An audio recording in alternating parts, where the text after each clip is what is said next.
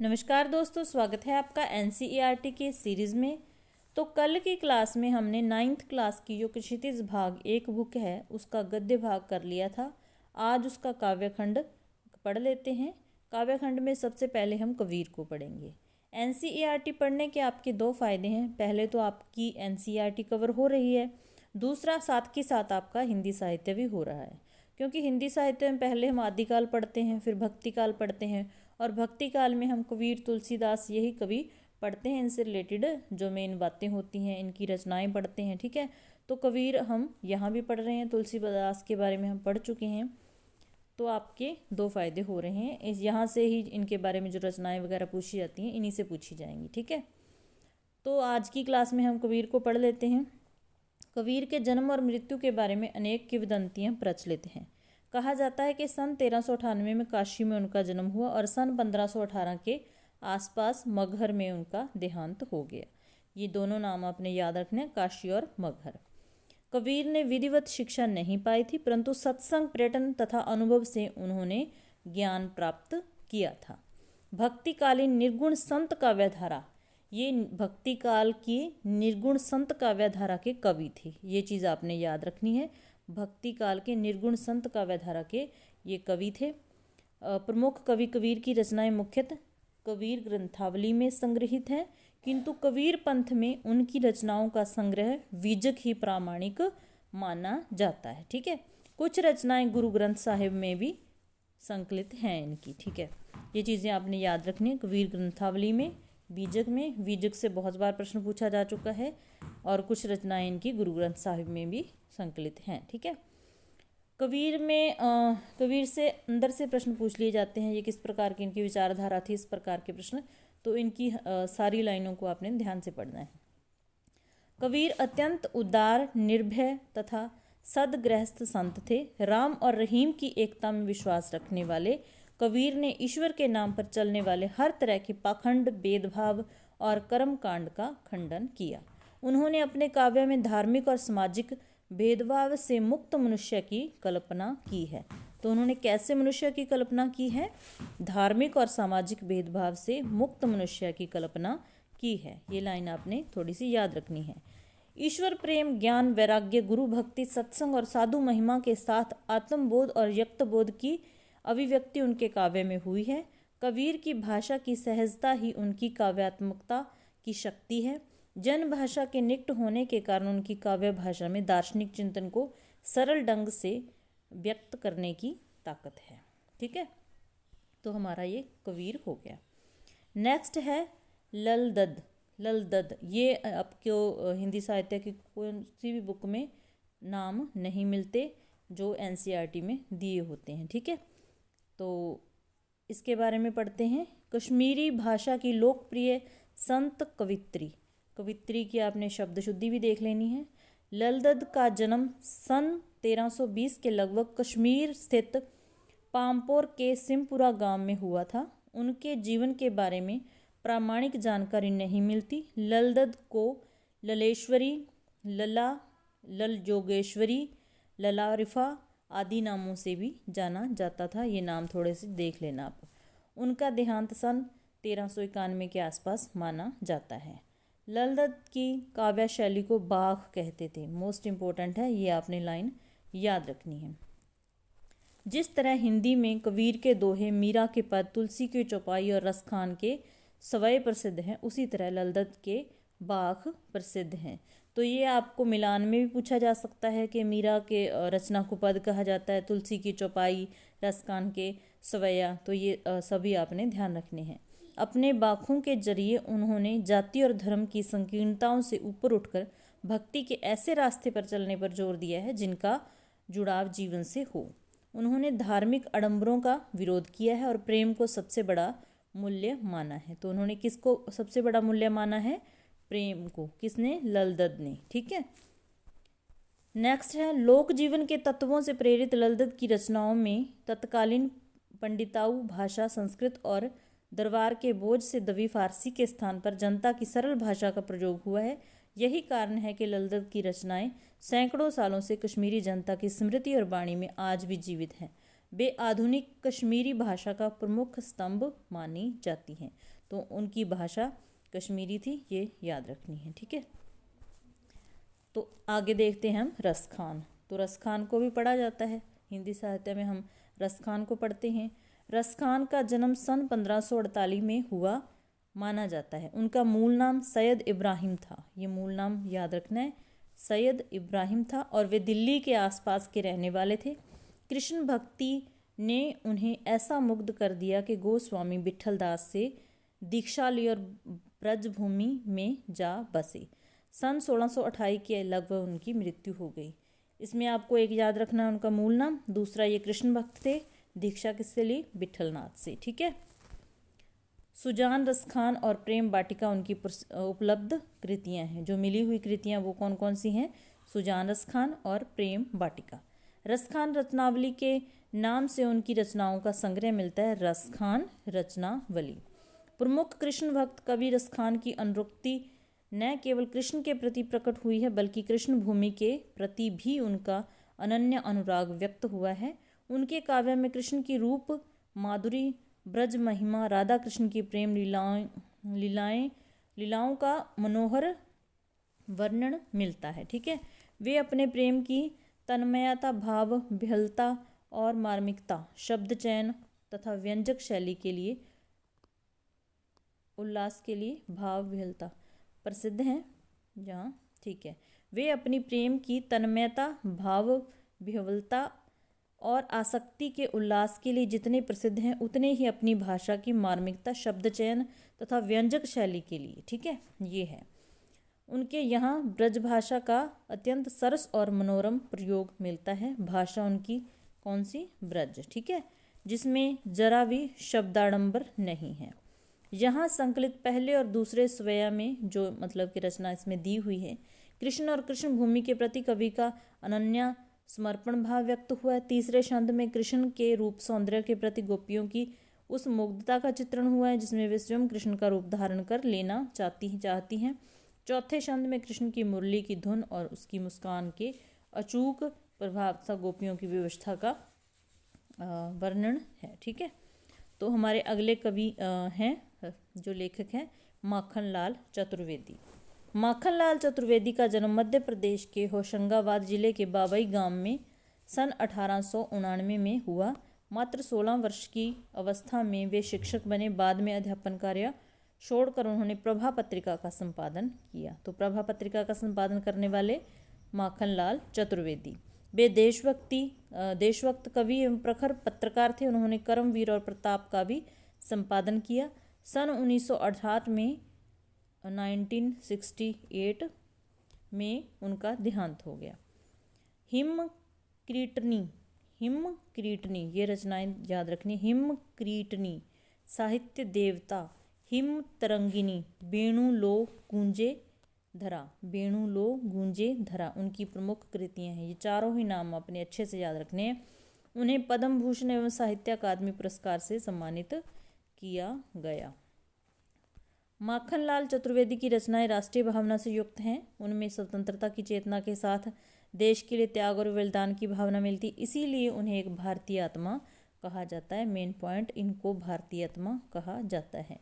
इस उपनाम से उन्होंने कविताएं भी लिखी हैं। वे एक कवि कार्यकर्ता थे और स्वाधीनता आंदोलन के दौरान कई बार जेल गए। उन्होंने भक्ति, प्रेम और प्रकृति संबंधी कविताएं भी लिखी हैं। ठीक है, तो चतुर्वेदी जी की कविता में शिल्प की तुलना में भाव को अधिक महत्व देते हैं। उन्होंने परंपरागत छंदबद्धता एवं तत्सम शब्दावली के स्थान पर बोलचाल की भाषा के साथ साथ उर्दू फारसी के शब्दों का भी प्रयोग किया है। तो आगे हैं केदारनाथ अग्रवाल। केदारनाथ अग्रवाल का जन्म उत्तर प्रदेश के बांदा जिले के कमासिन गांव में सन 1911 में हुआ। उनकी शिक्षा इलाहाबाद और आगरा विश्वविद्यालय से हुई। केदारनाथ अग्रवाल पेशे से वकील थे, ये याद रखना है, पेशे से वकील थे। ठीक है, उनका तात्कालिक साहित्यिक आंदोलन से गहरा जुड़ाव रहा। सन 2000 में उनका देहांत हो गया। उनकी रचनाएं याद रखनी है अच्छे से। नींद के बादल, जुग की गंगा, फूल नहीं रंग बोलते हैं, आग का आईना, पंख और पतवार। यहाँ से एक आधा रचना आपसे पूछी जा सकती है। हे मेरी तुम मार प्यार की थापें और कहे केदार खरी खरी, ये रचनाएं बहुत ही महत्वपूर्ण हैं आपके लिए, इनको अच्छे से याद रखना है। उनकी प्रमुख काव्य कृतियाँ हैं। उन्हें सोवियत लैंड नेहरू पुरस्कार और साहित्य अकादमी पुरस्कार से सम्मानित किया गया। केदारनाथ अग्रवाल प्रगतिवादी धारा के प्रमुख कवि माने जाते हैं। तो ये कौन से कवि हैं? प्रगतिवादी धारा के प्रमुख कवि हैं। ये प्रगतिवादी, छायावादी, ये चीज़ें आपने याद रखनी है। कौन प्रगतिवादी कवि है, कौन छायावादी है, कौन नई कविता से जुड़ा हुआ है, ठीक है, इस प्रकार से। जन सामान्य का संघर्ष और प्रकृति सौंदर्य उनकी कविताओं का मुख्य प्रतिपाद्य है। उनके यहाँ प्रकृति का यथार्थवादी रूप व्यक्त हुआ है, जिसमें शब्दों का सौंदर्य है, ध्वनियों की धारा है और है स्थापत्य की कला। संगीतात्मकता उनके काव्य की एक अन्यतम विशेषता है। संगीतात्मकता उनके काव्य की एक अन्यतम विशेषता है। बुंदेलखंडी समाज का दैनंदिन जीवन अपने खुलेपन और उमंग के साथ काव्य में अभिव्यक्त हुआ है। केदार कविता की भाषा को लोक भाषा के निकट लाते हैं और ग्रामीण जीवन से जुड़े बिंबों को आत्मीयता के साथ प्रस्तुत करते हैं, ठीक है। आगे है सर्वेश्वर दयाल सक्सेना। सर्वेश्वर दयाल सक्सेना का जन्म उत्तर प्रदेश के बस्ती जिले में सन 1927 में हुआ। उन्होंने इलाहाबाद विश्वविद्यालय से उच्च शिक्षा ग्रहण की। आरंभ में उन्हें आजीविका हेतु काफ़ी संघर्ष करना पड़ा। बाद में दिनमान के उप संपादक एवं चर्चित बाल पत्रिका प्राग के संपादक बने। सन 1983 में उनका आकस्मिक निधन हो गया। ये उनकी रचनाएं हैं। काठ की घंटियाँ, बांस का पुल, एक सूनी नाव, गर्म हवाएं, क्वानो नदी, जंगल का दर्द, खूंटियों पर टंगे लोग, ये भी मोस्ट इम्पोर्टेंट रचनाएं हैं आपके लिए। उनके प्रमुख कविता संग्रह हैं ये सारे के सारे। नई कविता के प्रमुख कवि, अब आ गई आपको ध्यान देने वाली बात, ये नई कविता से जुड़े हुए हैं। सर्वेश्वर दयाल सक्सेना नई कविता से जुड़े हुए कवि हैं। सर्वेश्वर दयाल सक्सेना ने उपन्यास, नाटक, कहानी, निबंध एवं प्रचुर मात्रा में बाल साहित्य भी लिखा है। दिनमान में प्रकाशित चर्चे और चरखे स्तंभ के लिए सर्वेश्वर बहुत चर्चित रहे हैं। उन्हें साहित्य अकादमी पुरस्कार से सम्मानित किया गया है। तो उन्हें इसी रचना के लिए साहित्य अकादमी पुरस्कार मिला। सर्वेश्वर के काव्य में ग्रामीण संवेदना के साथ गहरी मध्यवर्गीय जीवन बोध भी व्यक्त हुआ है। यह बोध उनके कथ्य में भी नई भाषा में भी दिखाई देता है। सर्वेश्वर की भाषा सहज एवं लोक की महक लिए हुए है, ठीक है। संकलित कविता में कवि ने मेघों के आने की तुलना सजकर आए प्रवासी अतिथि से की है। तो ये लाइन आपने ध्यान रखनी है, किससे तुलना की है, ठीक है। ग्रामीण संस्कृति में दामाद के आने पर उल्लास का जो वातावरण बनता है, मेघों के आने का सजीव वर्णन करते हुए कवि ने उसी उल्लास को दिखाया है, ठीक है। आगे हैं चंद्रकांत देवताले। चंद्रकांत देवताले का जन्म सन 1936 में गांव जोलखेड़ा, जिला बैतूल, मध्य प्रदेश में हुआ। उच्च शिक्षा इंदौर से हुई। पीएचडी भागर विश्वविद्यालय सागर से। सठोत्तरी हिंदी कविता के प्रमुख हस्ताक्षर देवताले जी उच्च शिक्षा में अध्यापन कार्य से संबद्ध रहे। देवताले की जी की प्रमुख कृतियाँ हैं हड्डियों में शिपा ज्वर, दीवारों पर खून से, लकड़बग्गा हंस रहा है, भूखंड तप रहा है, पत्थर की बेंच, इतनी पत्थर रोशनी, उजाड़ में संग्रहालय, ठीक है। ये सारी की सारी रचनाएं याद रखनी है। रचनाओं में से एक प्रश्न मिलान वाला भी आता है। आपको रचनाएं दी जाएंगी, राइटर दिए जाएंगे, उनका सही मिलान पूछा जाएगा। तो आपको ये रचनाएं अच्छे से याद रखनी है। देवताले जी अनेक पुरस्कारों से सम्मानित हुए। माखनलाल चतुर्वेदी पुरस्कार, मध्य प्रदेश शासन का शिखर सम्मान। उनकी कविताओं के अनुवाद प्राय सभी भारतीय भाषाओं में और कई विदेशी भाषाओं में भी हुए हैं। देवताले की कविता की जड़ें गांव, कस्बों और निम्न मध्य वर्ग के जीवन में हैं। उसमें मानव जीवन अपनी विविधता और विडंबना के साथ उपस्थित हुआ। कवि में जहाँ आगे कुछ भी नहीं है ऐसा। कविता की भाषा में अत्यंत पारदर्शिता और एक विरल संगीतात्मकता दिखाई देती है, ठीक है। नेक्स्ट है सुमित्रा नंदन पंत। इनकी रचनाएं बहुत अच्छे से याद करनी होंगी आपको। सुमित्रा नंदन पंत का जन्म उत्तरांचल के अल्मोड़ा जिले के कौसानी गांव में सन 1900 में हुआ। उनकी शिक्षा बनारस और इलाहाबाद में हुई। आज़ादी के आंदोलन के दौरान महात्मा गांधी के आह्वान पर उन्होंने कॉलेज छोड़ दिया। छायावादी कविता के प्रमुख स्तंभ तो ये कैसे थे? छायावादी। स्तंभ सुमित्रानंद पंत का काव्य क्षितिज 1916 में से 1977 तक फैला है। सन 1977 में उनका देहांत हो गया। आगे उनकी रचनाएं हैं। वे अपनी जीवन दृष्टि के विभिन्न चरणों में छायावाद, प्रगतिवाद एवं अरविंद दर्शन से प्रभावित हुए। वीणा, ग्रंथि, गुंजन, ग्राम्य, पल्लव, युगांत, स्वर्ण किरण, स्वर्ण धूलि कला और बूढ़ा चांद, लोकायतन, चिदम्बरा, इनकी रचनाएं मोस्ट इम्पोर्टेंट आपको याद रखनी है। ठीक है। आदि उनकी प्रमुख काव्य कृतियाँ हैं। उन्हें साहित्य अकादमी पुरस्कार, भारतीय ज्ञानपीठ पुरस्कार एवं सोवियत लैंड नेहरू पुरस्कार से सम्मानित किया गया। एक क्लास में आपको ऐसी दूंगी जिसमें जिस लेखक को जिस रचना पर पुरस्कार जो मिले हुए हैं उससे एक प्रश्न पूछा हमेशा जाता है कि किस लेखक को किस रचना के लिए पुरस्कार मिला, किसको किसके लिए। ठीक है। पंत की कविता में प्रकृति और मनुष्य के अंतरंग संबंधों की पहचान है। तो उनकी कविता किससे जुड़ी हुई है, ये पंक्ति आपने ध्यान रखनी है। उन्होंने आधुनिक हिंदी कविता को एक नवीन अभिव्यंजना पद्धति एवं काव्य भाषा से समृद्ध किया है। भावों के व्यक्ति के लिस्टिक शब्दों के चयन के कारण उन्हें शब्द शिल्पी कहा जाता है। तो उन्हें क्या कहा जाता है? शब्द शिल्पी। ठीक है। ग्राम श्री कविता में पंत ने गांव की प्राकृतिक सुषमा और समृद्धि का मनोहारी वर्णन किया है। खेतों में दूर तक फैली लहलहाती फसलें, फल फूलों से लदी पेड़ों की डालियां और ग्राम गंगा की सुंदर रेती कवि को रोमांचित करती है। उसी रोमांच की व्यक्ति है यह कविता। ठीक है। आगे है राजेश जोशी, जो कि हमारे लास्ट लेखक हैं। राजेश जोशी का जन्म सन 1946 में मध्य प्रदेश के नरसिंहगढ़ जिले में हुआ। उन्होंने शिक्षा पूरी करने के बाद पत्रकारिता शुरू की और कुछ सालों तक अध्यापन किया। ये चीज़ें नहीं याद रखनी आपको, इनसे अध्यापन किया। राजेश जोशी ने कविताओं के अलावा कहानियाँ, नाटक, लेख, टिप्पणियाँ भी लिखी हैं। साथ ही उन्होंने कुछ नाट्य रूपांतर भी किए हैं। कुछ लघु फिल्मों के लिए पटकथा लेखन का कार्य भी किया। उन्होंने भर्तृहरि की कविताओं के अनुरचना, भूमिका, कल्पत्रु, यहवी एवं मायकोवस्की की कविता का अनुवाद पतलून पहना बादल नाम से किया है। ये दोनों आपने याद रखनी है। भर्तृहरि की कविताओं की अनुरचना, भूमिका, कल्पत्रु, यहवी एवं मायकोवस्की की कविता का अनुवाद पतलून पहना बादल नाम से किया है। कई भारतीय भाषाओं के साथ अंग्रेजी, रूसी, जर्मन में भी राजेश जी की कविताओं के अनुवाद प्रकाशित हुए हैं। राजेश जोशी की प्रमुख काव्य संग्रह हैं एक दिन बोलेंगे पेड़, ये काव्य संग्रह आपने ध्यान रखने हैं। मिट्टी का चेहरा, नेपथ्य में हंसी और दो पंक्तियों के बीच। उन्हें माखनलाल चतुर्वेदी पुरस्कार, मध्य प्रदेश शासन का शिखर सम्मान और साहित्य अकादमी पुरस्कार से सम्मानित किया गया।